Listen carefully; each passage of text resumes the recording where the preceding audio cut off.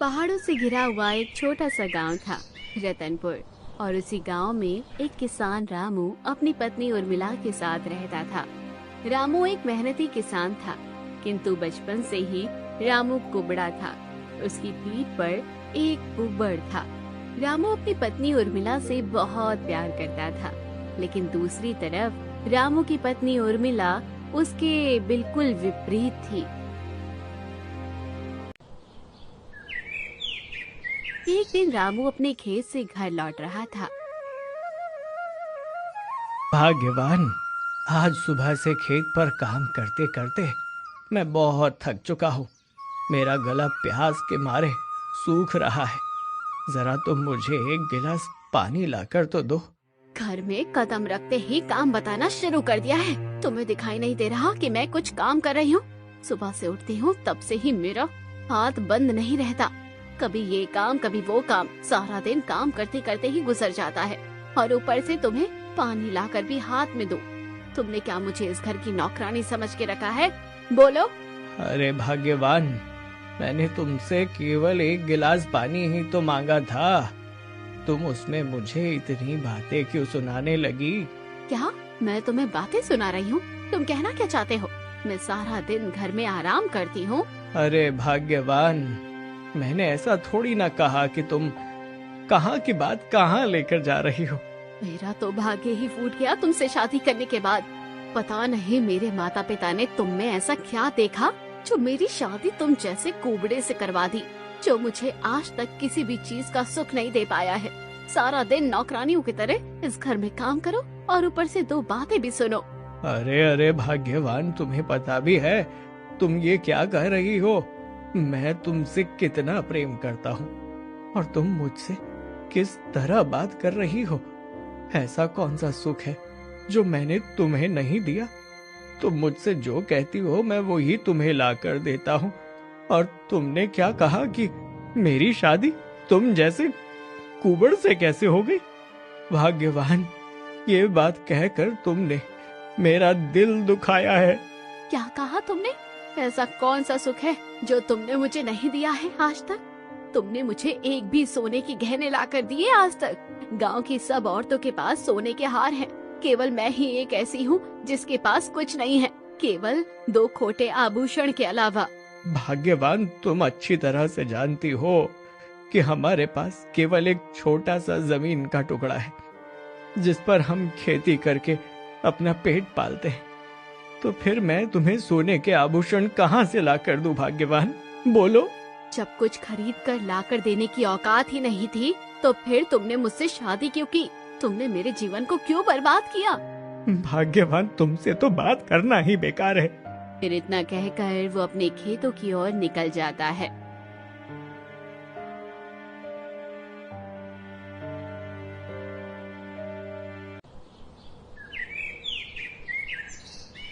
मैं भाग्यवान से कितना प्यार करता हूँ, मगर उसे तो मेरे प्यार की कोई कदर ही नहीं है। और आज भाग्यवान ने ये कहकर मुझे बड़ा ही दुखी कर दिया कि मुझ जैसे कुबड़ से शादी करने के बाद उसका भाग्य ही टूट गया। मुझे तो लगता है भाग्यवान आज बड़े ही गुस्से में होंगी, जिस कारण उसने मुझे इतना बुरा भला कहा। मगर भाग्यवान मुझसे प्यार तो बहुत करती है।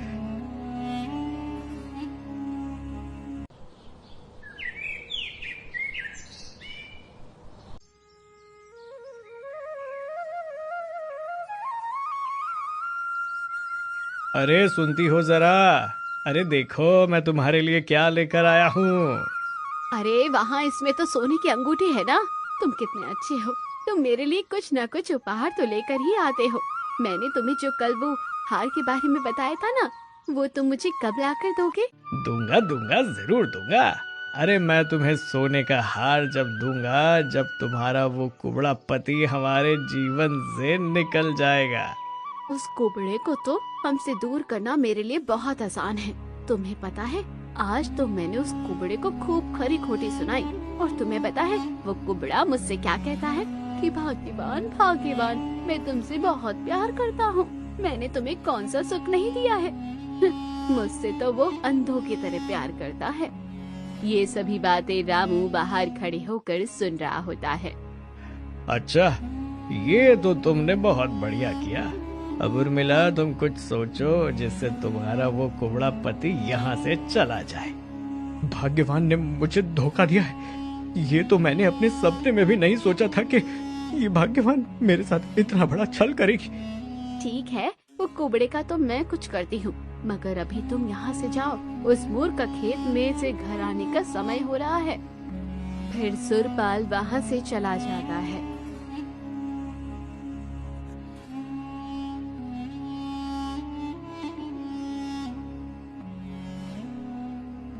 भाग्यवान, अभी जो युवक हमारे घर आया था वो कौन है, और वो यहाँ क्यों आया था?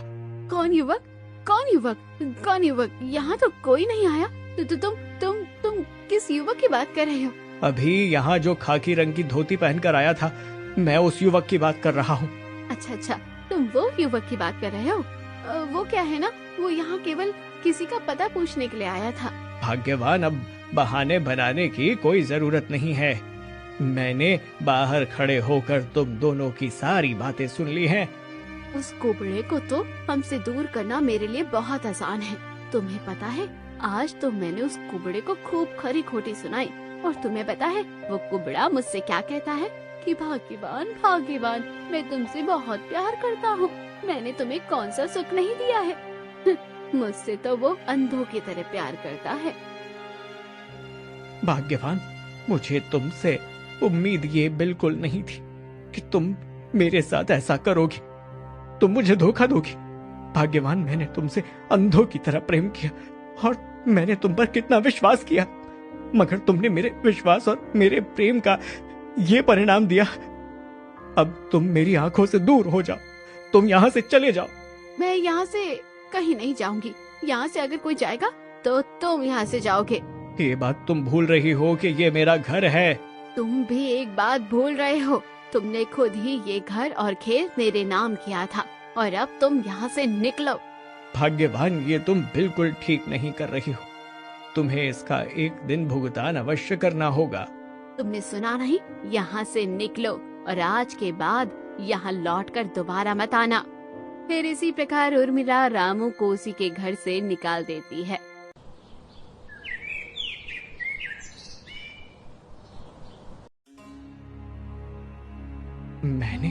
मैंने अपने सपने में ये कभी नहीं सोचा था भाग्यवान कि मेरे साथ ऐसा करोगी।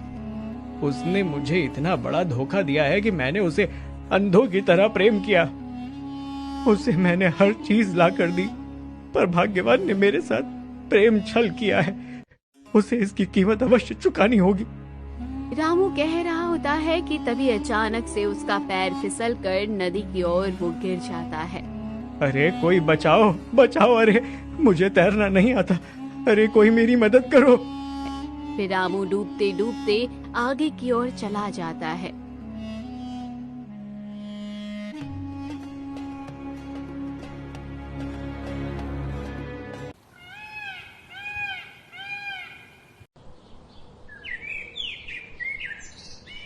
अरे आज तो मुझे उठने में बड़ी देर हो गई। अब जल्दी से जाकर नदी में स्नान कर लेता हूँ। फिर मुझे पड़ोस के गांव में भी जाना है। फिर इतना कहकर साधु महाराज नदी की ओर जाने लगे। फिर उनकी नजर वहां पड़े घायल अवस्था में रामू पर पड़ी। अरे अरे, ये कौन है? ये युवक यहाँ कैसे आया? जरूर ये युवक इस नदी में बहकर यहाँ आया है, किंतु इस युवक की हालत तो बड़ी गंभीर लगती है। मुझे इसे अपनी कुटिया में ले जाना चाहिए। फिर इतना कहकर साधु महाराज रामू को अपनी कुटिया में ले जाते हैं। अब मैंने इसके सिर पर कुछ जड़ी बूटियां लगा दी हैं। कुछ ही देर के बाद इसे होश आ जाएगा। और दूसरी तरफ उर्मिला अपने प्रेमी सुरपाल के साथ अपने ही घर में खुशी खुशी सुख शांति से रहने लगी। और फिर कुछ समय बाद रामू को अचानक से होश आता है। अरे मैं कहाँ हूँ? ये किसका घर है और मैं यहाँ कैसे आ गया? अरे बेटा, तुम घबराओ मत, तुम सुरक्षित हो। आज जब मैं सुबह सुबह नदी किनारे स्नान करने जा रहा था, तो तुम मुझे नदी किनारे घायल अवस्था में दिखाई दिए। तुम ये नदी में कैसे गिरे? साधु महाराज, वो मैं नदी किनारे बैठा था, तभी अचानक से मेरा पैर फिसल गया और मैं ये नदी में जा गिरा। आपका बहुत बहुत शुक्रिया जो आपने मेरी जान बचाई साधु महाराज। अरे पुत्र, इसमें शुक्रिया कहने वाली कौन सी बात है? ये तो मेरा कर्म है। किंतु पुत्र, तुम रहते कहाँ हो? तुम्हारा नाम क्या है? और पुत्र, तुम्हारी पीठ पर ये कुबड़ कैसा? साधु महाराज, मेरा नाम रामू है। मैं रतनपुर गांव में रहता हूँ और जन्म से ही कुबड़ हूँ। अच्छा, रतनपुर गांव वो तो यही नजदीक है। चलो, मैं तुम्हें तुम्हारे घर तक छोड़कर आता हूँ। वैसे भी आज मुझे उसी गांव की ओर जाना है। नहीं नहीं साधु महाराज, मैं अपने घर अब कभी नहीं जाऊंगा। मैं कुछ समझा नहीं पुत्र। तुम अपने घर नहीं जाओगे तो फिर तुम कहाँ रहोगे? साधु महाराज, कहीं पर भी रह लूंगा, मगर मैं अपने घर अब कभी नहीं जाऊंगा। वहां मेरा कोई नहीं है। वहां मेरा कोई नहीं है। मैं कुछ समझा नहीं पुत्र। तनिक तुम मुझे समझाओ, बात क्या है? साधु महाराज, मेरी पत्नी। मैंने तुम्हें जो कल वो हार के बारे में बताया था ना, वो तुम मुझे कब लाकर दोगे? दूंगा, जरूर दूंगा। अरे मैं तुम्हें सोने का हार जब दूंगा जब तुम्हारा वो कुबड़ा पति हमारे जीवन से निकल जाएगा। उस कुबड़े को तो हमसे दूर करना मेरे लिए बहुत आसान है। तुम्हें पता है, आज तो मैंने उस कुबड़े को खूब खरी खोटी सुनाई और तुम्हें पता है वो कुबड़ा मुझसे क्या कहता है कि भाग्यवान, मैं तुमसे बहुत प्यार करता हूँ। मैंने तुम्हें कौन सा सुख नहीं दिया है? साधु महाराज, मेरी पत्नी ने मेरे साथ छल किया है। अरे बेटा, तुम्हारी कहानी तो बड़ी दुखदायक है। तुम्हारी कहानी सुनकर मुझे तुम पर बड़ी ही दया आ रही है। तुम्हारी पत्नी ने तुम्हारे साथ बिल्कुल भी अच्छा नहीं किया। देखना, तुम्हारी पत्नी को इसकी सजा अवश्य मिलेगी। और साधु महाराज, यहाँ तक उसने मुझे अपने ही घर से निकाल दिया। कोई बात नहीं पुत्र, आज से तुम मेरे साथ मेरी इसी कुटिया पर रहना। अरे नहीं साधु महाराज, मैं किसी पर बोझ नहीं बनना चाहता हूँ। अरे पुत्र, मैंने कब कहा कि तुम मुझ पर बोझ बनोगे? मैं भी इस पूरे घने जंगल में अपनी इस कुटिया में अकेला ही रहता हूँ। अगर तुम यहाँ रहोगे तो मुझे कोई फर्क नहीं पड़ेगा पुत्र। ठीक है साधु महाराज। फिर इसी प्रकार रामू उन्हीं साधु महाराज के साथ उन्हीं की कुटिया पर रहने लगा। और फिर ऐसे ही धीरे धीरे समय बीतने लगा और कुछ दिनों बाद एक दिन, आज फिर तुम वही लड़की के घर की ओर जा रहे हो ना? ये सब करते हुए तुम्हें शर्म नहीं आती? हाँ, मुझे शर्म नहीं आती और तुम अपना मुंह बंद रखो। रोज रोज की तुम्हारी ये बकवास सुनकर मेरा दिमाग खराब होता है। जो मन में आएगा मुझे मैं वही करूँगा। होती कौन हो तुम मुझे बोलने वाली? क्या तुमने ये क्या कहा? मैं होती कौन हूँ बोलने वाली? आज तुम्हारी बातों के चक्कर में आकर मैंने अपने पति को घर से निकाल दिया और तुम मुझसे ये कह रहे हो कि तू होती कौन है बोलने वाली? मुझसे बोलने से पहले जरा तुम अपने आप को भी देखो। जो पति तुमसे इतना प्रेम करता था, तुम उसकी ही नहीं हुई। तुमने तो उस बेचारे को घर से निकाल दिया। तुम एक स्वार्थी औरत हो, तुम कुछ भी कर सकती हो। क्या कहा तुमने? मुझे स्वार्थी औरत? निकलो तुम मेरे घर से, अभी तुरंत ही निकलो। हाँ, जाता हूँ। वैसे अब मुझे यहाँ रुकना भी नहीं है। इतना कहकर सुरपाल वहाँ से निकल जाता है।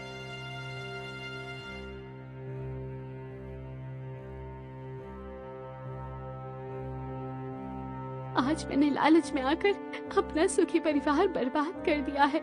मुझसे मेरा पति कितना प्रेम किया करता था, मगर मैं तो उनके प्रेम की कोई कीमत ही नहीं जान पाई। मैं हमेशा उन्हें भला बुरा कहती रही। मुझसे बहुत बड़ी गलती हो गई है। मैंने अपने पति को उन्हीं के घर से निकाल दिया है, वो भी उस आदमी की बातों में आकर। मैं अभी जाकर उन्हें ढूंढती हूँ।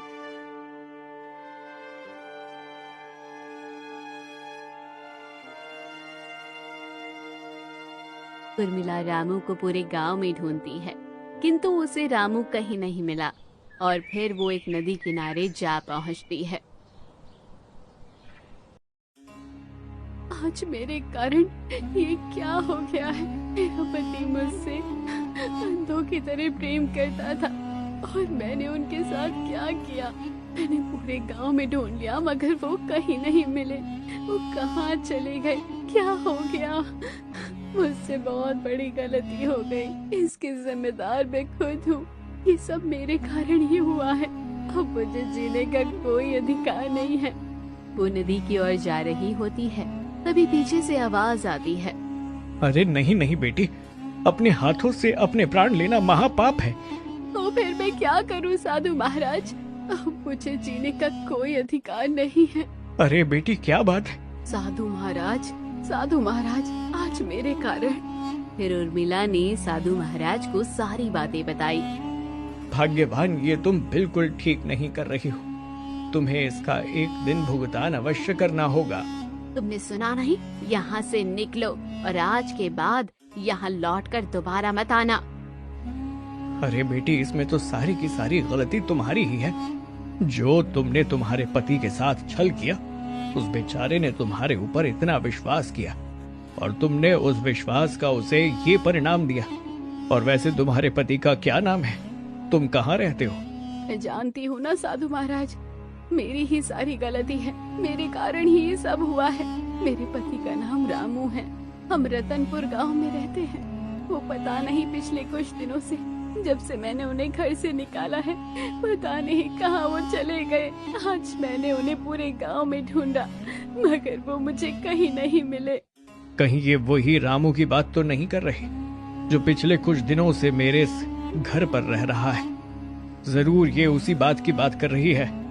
अगर साधु महाराज मुझे मेरे पति कहीं नहीं मिले ना तो मैं। अरे बेटी, तुम्हें तुम्हारे पति से मैं मिलवाऊंगा। आप मुझे मेरे पति से कैसे मिलवा सकते हो?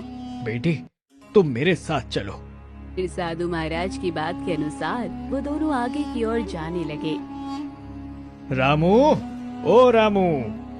क्या हुआ साधु महाराज? अरे उर्मिला, तुम यहाँ क्यों आई हो? मेरी आंखों से दूर चली जाओ, मैं तुम्हारा चेहरा देखना भी पसंद नहीं करता। जाओ यहाँ से। मुझे माफ कर दो, मुझसे बहुत बड़ी गलती हो गई है। जो भी तुम्हारे साथ छल किया मैंने, कृपया करके मुझे माफ कर दीजिए। माफ कर दो? तुम्हें ये कहते शर्म नहीं आ रही? मैं तुम्हें कैसे माफ कर सकता हूँ? नहीं नहीं, तुमने मेरे साथ छल किया है, मैं तुम्हें कभी माफ नहीं करूँगा। और अब तुम यहाँ से जाओ। मुझे माफ कर दो, मुझसे बहुत बड़ी गलती हो गई है। अरे बेटा, तुम मेरी बात सुनो।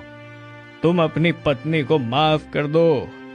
अब इसकी अकल अच्छी तरह से ठिकाने पर आ गई है। जब मैं पड़ोस गांव से आ रहा था, तब ये क्या हो गया?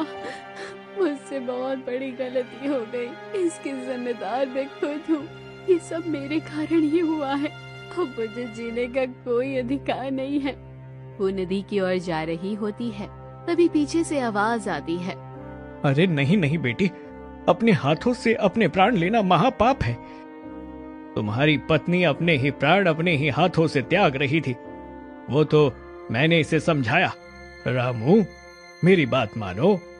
तुम अपनी पत्नी को क्षमा कर दो और इस बात को एक बुरा सपना समझकर भूल जाओ और फिर नए जीवन की शुरुआत करो। साधु की बात सुनकर रामू को उर्मिला पर दया आ जाती है। ठीक है भाग्यवान, मैं तुम्हें क्षमा करता हूँ। ये तो बड़ी ही खुशी की बात है, अब तुम दोनों फिर से एक हो गए हो। बेटी, मैं तुमसे एक बात कहना चाहता हूँ। भले ही तुम्हारा पति कम पैसे कमाए, तुम्हें उन्हीं पैसों में गुजारा करना चाहिए। ज्यादा धन दौलत का मोह नहीं करना चाहिए। हमें जो कुछ भी ऊपर वाले ने दिया है, हमें उसी में खुश रहना चाहिए। तुम दोनों वापस से एक हो गए हो, इस खुशी में मैं तुम्हें कुछ उपहार देना चाहता हूँ। साधु महाराज जैसे ही मंत्र पढ़ते हैं, वैसे ही वहाँ एक सोने के आभूषणों से भरा मटका आ जाता है। ये लो, ये सोने के आभूषणों से भरा मटका मैं तुम्हें देना चाहता हूँ। नहीं नहीं साधु महाराज, मुझे ये सब कुछ भी नहीं चाहिए। मुझे मेरे पति मिल जाए, वही मेरे लिए मेरा जीवन है। सबसे बड़ी खुशी की बात वही होगी। अब मुझे इनके अलावा और कुछ नहीं चाहिए।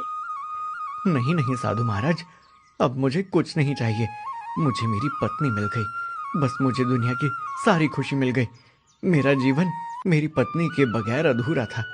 अब मुझे कुछ नहीं चाहिए। बेटा, जब कोई बड़ा प्रसन्न होकर तुम्हें कुछ भेंट दे रहा हो तो उसे इनकार नहीं करते, खुशी खुशी उनकी भेंट स्वीकार करते हैं। ये तुम्हारी इंसानियत का तोहफा है। तुम एक साफ दिल के इंसान हो। तुम दोनों इस खजाने की मदद से अपना जीवन खुशी खुशी व्यतीत करना। आपका बहुत बहुत शुक्रिया साधु महाराज। और अब इस खजाने की मदद से और मेरी पत्नी को मैं एक अच्छा जीवन दे पाऊंगा। साधु के बार बार कहने पर वो दोनों सोने के आभूषणों से भरा मटका रखने के लिए राजी हो जाती है। साधु महाराज, मेरी एक मनोकामना है। हाँ हाँ कहो बेटी, तुम्हारी क्या मनोकामना है? मैं उस मनोकामना को अवश्य पूर्ण करूंगा। साधु महाराज, मैं चाहती हूँ कि मेरे पति का कुंवर ठीक हो जाए। लो बेटी, ये कुछ जड़ी बूटियां हैं। तुम इन जड़ी बूटियों को घिसकर अपने पति के कुंवर पर लगा देना और देखना, कुछ ही दिनों में तुम्हारे पति का कुंवर बिल्कुल ठीक हो जाएगा। आपका बहुत बहुत शुक्रिया साधु महाराज। फिर उसी प्रकार उर्मिला की अकल ठिकाने पर आ जाती है। साधु महाराज की दी गई जड़ी बूटियों का सेवन करने के बाद रामू का कुंवर ठीक हो जाता है और फिर वो दोनों हंसी खुशी रहने लगते हैं। तो दोस्तों, कहानी कैसी लगी कमेंट बॉक्स में जरूर बताइए। चैनल को अब तक सब्सक्राइब नहीं किया है तो जरूर कर लीजिए।